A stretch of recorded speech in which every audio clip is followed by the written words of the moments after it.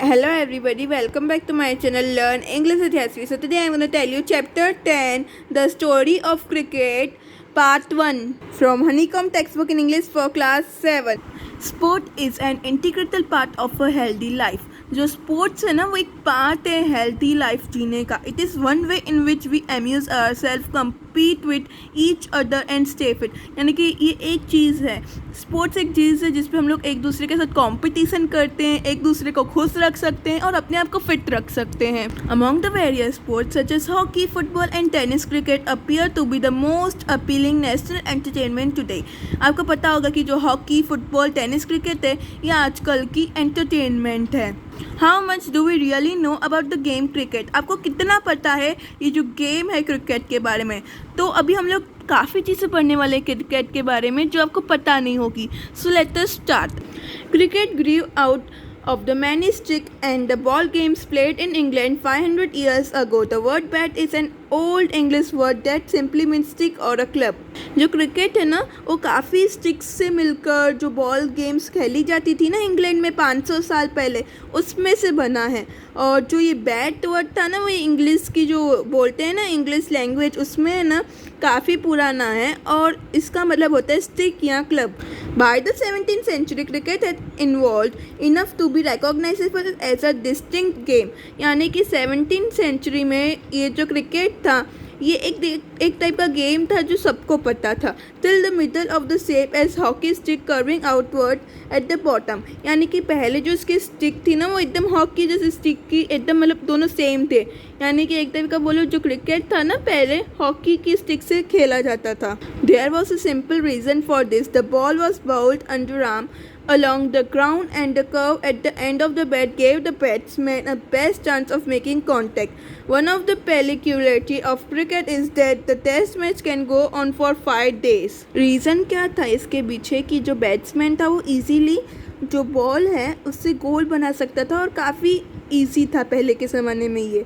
और जो क्रिकेट है ना उसके टेस्ट मैच 5 दिनों तक चलते थे and still and in a draw. यानी कि 5 दिन चलने के बाद भी उनमें ड्रॉ हो जाती थी. No other modern team sport take even half as much time to complete. A football match is generally over in an hour and a half.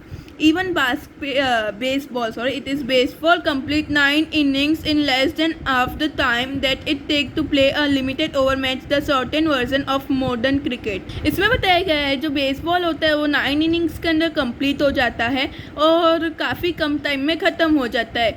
और जो फुटबॉल भी है वो भी हाफ एन आवर के अंदर कंप्लीट हो जाता है. यानी कि ईजी है और कोई भी मतलब नॉर्मली खेल सकते हैं. सभी को फुटबॉल और बास्केटबॉल पता ही होगा. I mean baseball. Another curious characteristic of cricket is that the length of the pitch is specified 22 yards, but the size of the shape of the ground is not. एक आपको जानने की बात ये रहेगी जो लेंथ होती है ना पिच की वो 22 यार्ड्स रहती है, पर जो ग्राउंड की है ना वो लेंथ इतनी नहीं रहती है. Most of the team sports such as hockey and the basketball football lay down the dimension of the playing area.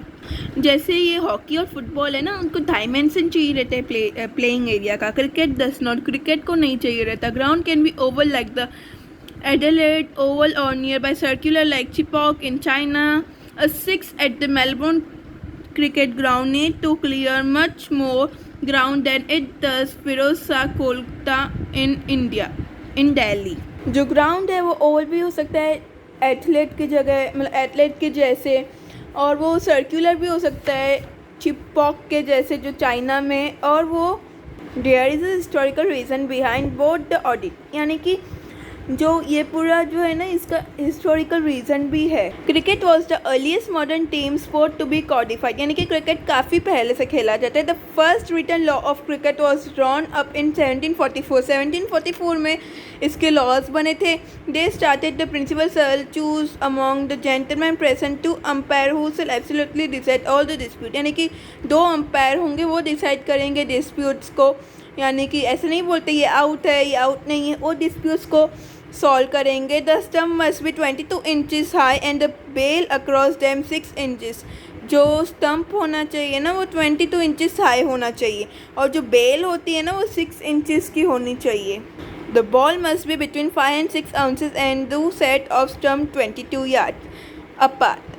यानी कि जो बॉल है वो 5 या 6 आउंसेस रखी जाना चाहिए और जो 2 सेट ऑफ स्टंप है वो 22 यार्ड के अपार्ट में ही रहने चाहिए। The world first cricket club was form in Hambledon in 1760। जो वर्ल्ड का पहला क्रिकेट क्लब बना था ना वो हैम्बल्टन में बना था 1760 में। And Melbourne cricket club MCC was founded in 1789।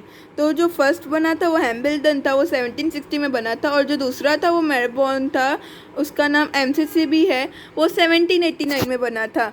During the 1760s and 1770s, it became common to pitch the ball through the air rather than roll it along the ground. तो क्या था, पहले है ना वो ऊपर से डालते थे, अभी क्या नीचे से हम ग्राउंड के इधर से डालते, पहले कैसे डालते थे, ऊपर से डालते थे। This change gave bowlers the option of land deception through the air plus increased the pace. It also opened new batsmen and had master time and suit selection. One immediately result was replacement of the curved bat with the straight one. कि एक जो result और जो मतलब एक change था वो सिर्फ यही था कि वो कर्व्ड बैट थी इस टाइप की, इधर दिखाया गया है पिक्चर में। ये सबसे ओल्ड बैट है जो रेसिस्ट करती थी पहले के ज़माने में, पर अभी किसी एकदम सीधी बैट आ गई। अपने अब आजकल की बैट्स तो देखी होगी, आप सब क्रिकेट देखते होंगे ऑलमोस्ट, है ना। The weight of the ball was limit to between 5.5 to 5/4 ounces and the width of the bat to be 4 inches। तो ये है ना 5.5 एंड ये है बॉल के जो आउंसेस रहने चाहिए, और जो बैट की होनी चाहिए ना वो 4 इंचेस है, बैट की जो विथ होती है ना वो। In 1774 the first leg before law was published. 1774 में first leg before law publish किया गया था। Also around this time a third stump became common. इस टाइम पे थर्ड स्टम्प भी कॉमन होने लगा। By 1783 days had become the length of a measurement. 1780s में 3 डेज लगने लगे एक क्रिकेट मैच को खेलने में। And this year also saw the creation of first 6 seam cricket ball. और अभी आजकल 6 सीम क्रिकेट बॉल भी होने लगा। ये कुछ पुरानी फ़ोटोज़ दी गई हैं और ये Pavilion of Melbourne club MCC इन 1874 की पिक्चर है। तो मैं इसको जूम करके दिखा रही हूँ। If you look at the game equipment, you can see how cricket board changed with changing time and yet fundamentally remained true its origin in rural England. England में वैसे सेम ही रहा, पर आप देखेंगे क्रिकेट में काफ़ी चेंज आए जैसे जैसे जनरेशन्स बढ़ी। Cricket most important tools are all made of natural pre industrial material. जो क्रिकेट के जो टूल्स हैं ना वो एकदम नेचुरल प्री इंडस्ट्रियल मटेरियल के बने रहते हैं। The bat is made with leather, twine and cork. तो जो बैट होती है ना वो लेदर, ट्वाइन और कॉर्क से बनी रहती है। Even today both bat and ball are handmade. आजकल तो जो बैट और बॉल है वो हैंडमेड रहती है, नॉट इंडस्ट्रियल मैन्युफैक्चर, जो इंडस्ट्री के द्वारा मैन्युफैक्चर नहीं रहती। Once it was cut out of a single piece of would.